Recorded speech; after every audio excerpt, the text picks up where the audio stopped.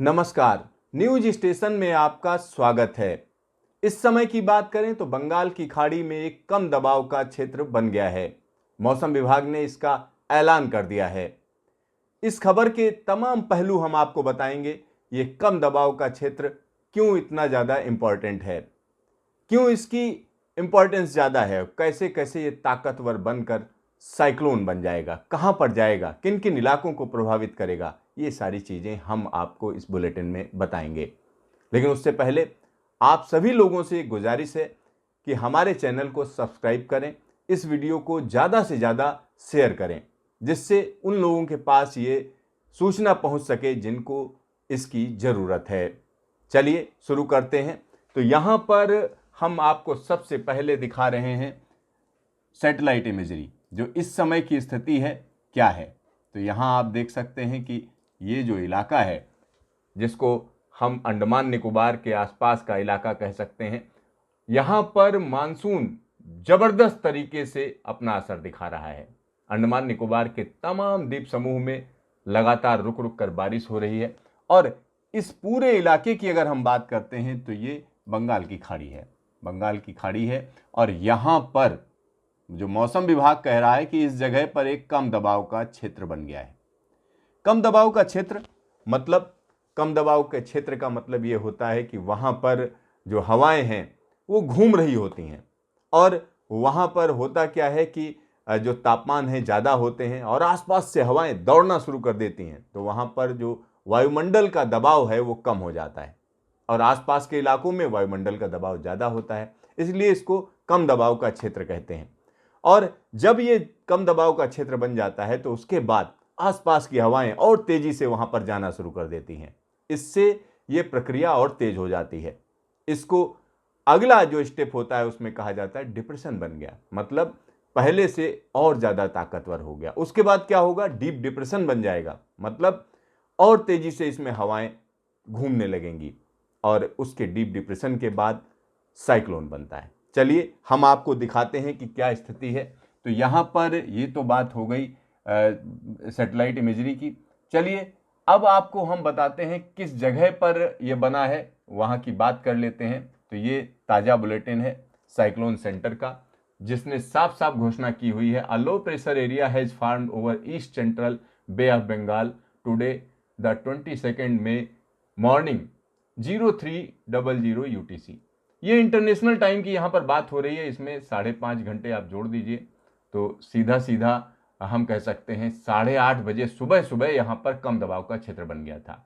अब मौसम विभाग कह रहा है it is very likely to concentrate into a depression. जैसा मैं आपको बता रहा था कि east central bay of Bengal में कल तक ये डिप्रेशन बन जाएगा और 23 की सुबह की बात यहाँ पर की जा रही। It is very likely move north north westward intensify into a cyclonic storm by 24 में, यानी 24 मई तक ये एक तूफान बन जाएगा, एक चक्रवाती तूफान बन जाएगा और उसके बाद यानी बनने के 24 घंटे बाद ये जो है वेरी सीवियर साइक्लोनिक स्टॉर्म बन जाएगा और उसके बाद ये चल देगा north north westward intensify further and reach north bay of Bengal near west Bengal and adjoining north Orissa and Bangladesh coast around 26 May morning.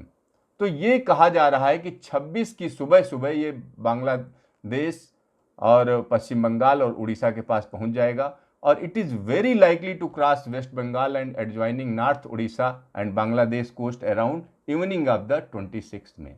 तो यहाँ मौसम विभाग साफ साफ कह रहा है कि जो पश्चिम बंगाल का वो इलाका जो उड़ीसा से लगता हुआ है वहाँ के लिए वार्निंग है और साथ ही साथ जो बांग्लादेश का इलाका है वहाँ पर भी, जिसमें हम सुंदरबन के इलाके की बात कर रहे हैं, वहाँ पर भी साइक्लोन का असर जाएगा।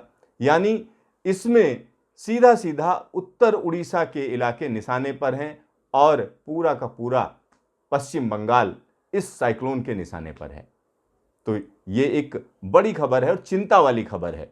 और ये कब लैंडफॉल करेगा, तो कहा जा रहा है 26 तारीख को शाम को लैंडफॉल करेगा, यानी 26 तारीख की शाम को इसका लैंडफॉल होना है। उससे पहले पूरे इलाके में वार्निंग दे दी गई है कि साइक्लोन आ रहा है और साइक्लोन के लिए तैयारियां भी शुरू कर दी गई हैं।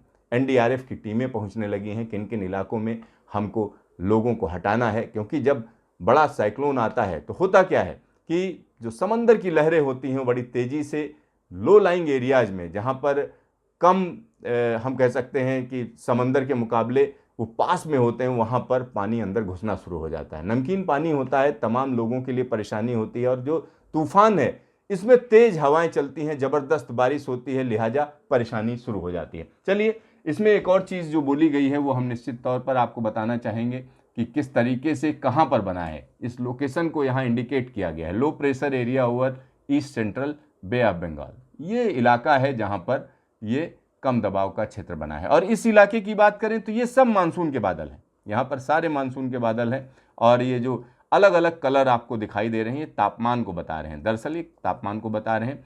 और रेड कलर की अगर हम बात करें तो -20 से -30 डिग्री सेल्सियस, यानी ये क्लाउड टॉप की बात कर रहे हैं, क्लाउड के ऊपर की स्थिति बता रहे हैं। वाइट की बात करें तो वाइट -30 से ऊपर के तापमान को यहाँ पर दिखा रहा है। तो ये इंटेंसिटी है, ज़बरदस्त तरीके से ये बढ़ने जा रही है। चलिए, अब हम बात कर लेते हैं न्यूमेरिकल मॉडल की, कि कंप्यूटर के मॉडल क्या कहते हैं या वेदर मॉडल क्या कह रहे हैं कि किस तरीके का तूफान होगा, कितना पावरफुल होगा। क्योंकि साइक्लोन सेंटर की बात करें तो साइक्लोन सेंटर ने बता दिया है कि 26 तारीख की शाम को ये तूफान पश्चिम बंगाल और उड़ीसा के साथ साथ बांग्लादेश को भी प्रभावित करेगा। यानी पश्चिम बंगाल से जो लगा हुआ इलाका है बांग्लादेश का, यानी सुंदरवन का इलाका, वहां पर इसका असर जाएगा। तो आइए हम आपको दिखाते हैं कि किस तरीके की स्थिति है और क्या होने जा रहा है। न्यूमेरिकल मॉडल्स में देखें तो यहाँ दिखा रहा है कि ये लो प्रेशर एरिया बन चुका है। ये देखिए, ये दिखा रहा है कि आसपास की हवाएं उमड़ घुमड़ रही हैं तेजी से, और ये जो ब्लू कलर का इलाका दिखाई दे रहा है, यहाँ ज़बरदस्त तरीके से बारिश चल रही है। ग्रीन का मतलब यानी मॉडरेट बारिश चल रही है, 2 से 4 सेंटीमीटर 24 घंटे में, और ये हवाएं और ज़्यादा ताकतवर हो जाएंगी। और जैसा कि मौसम विभाग कह रहा है कि अगले 24 घंटे में एक साइक्लोन बन जाएगा, तो यहाँ पर वो स्थिति दिख रही है, साइक्लोन की स्थिति बन चुकी है। और उसके बाद की अगर हम बात करें तो ये पूरा का पूरा वेदर सिस्टम, जिसका नाम साइक्लोन यास होगा, साइक्लोन बनने के बाद वो चल देगा किधर, नॉर्थ वेस्ट वार्ड, यानी ये डायरेक्शन होगी इसकी। तो यहाँ पर निश्चित तौर पर कहा जा सकता है कि ये तूफान, यानी ये 25 तारीख की स्थिति दिखा रहा है, 25 तारीख को ज़बरदस्त तरीके से हवाएं चल रही होंगी पूरे कोस्टल एरिया में, और उसके बाद 26 तारीख की शाम को ये पार करना शुरू कर देगा। ये देखिए, एग्जैक्ट लोकेशन दिखा रहा है किस तरीके से कौन कौन से इलाके प्रभावित होंगे। अगर हम उसकी बात करें तो ये हम कह सकते हैं गंभीर संकट है तमाम जगहों के लिए, क्योंकि अब कम दबाव का क्षेत्र बन गया है। जब ये तूफान लैंडफॉल कर जाएगा, यानी 26 की शाम को लैंडफॉल करने के बाद पूरे के पूरे वेस्ट बंगाल को ज़बरदस्त झमाझम बारिश देगा। यहाँ पर आप देख सकते हैं इससे सटे हुए जो इलाके हैं झारखंड और बिहार के, उनसे भी, वहाँ पर भी ज़बरदस्त तरीके की बारिश होने का अनुमान है। और सबसे बड़ा खतरा है कि ये सीधा सीधा सिक्किम और हम कह सकते हैं दार्जिलिंग की तरफ जा रहा है। तो ये एक बड़ी खबर है इस समय की। और यहाँ पर मैं आपको बता दूं कि साइक्लोन को लेकर गंभीर रहने की ज़रूरत है, इसमें अफवाहों पर ध्यान मत दें।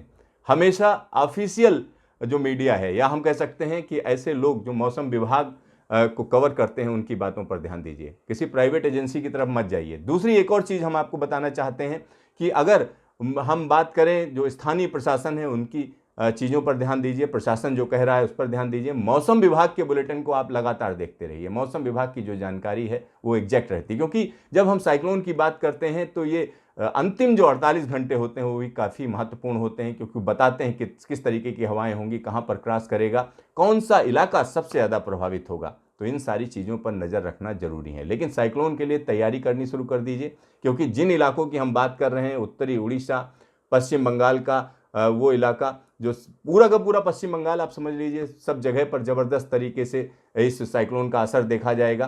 तो वहाँ पर तैयारियां शुरू कर दीजिए, क्योंकि आपको जो भी ढीली ढाली चीज़ें दिख रही हैं अपने छत पर, उसको दुरुस्त करिए। जो पेड़ ऐसे दिख रहे हैं जिसमें बड़ी बड़ी जो है शाखाएं हैं, किसी भी वक्त जो है वो टूट कर गिर सकती हैं, तो उनकी प्रूनिंग जरूरी है। और इसी तरीके से आप घर में खाने पीने की चीज़ों को रखिए, ड्राई फ्रूट्स रखिए, साथ ही साथ ऐसी चीज़ें जिनको बगैर गर्म किए आप खा सकते हैं, इस तरीके की चीज़ों को रखिए जिससे कोई दिक्कत ना हो। अगर इस इलाके की बात करें तो यहाँ पर कोरोना संक्रमण के मामले भी बढ़ रहे हैं, लिहाजा आने वाले दिनों के लिए, यानी कुछ दिनों के लिए आप अपना इंतजाम जरूर करके रखिए। तो देखते रहिए न्यूज स्टेशन, फिर मिलेंगे दोबारा।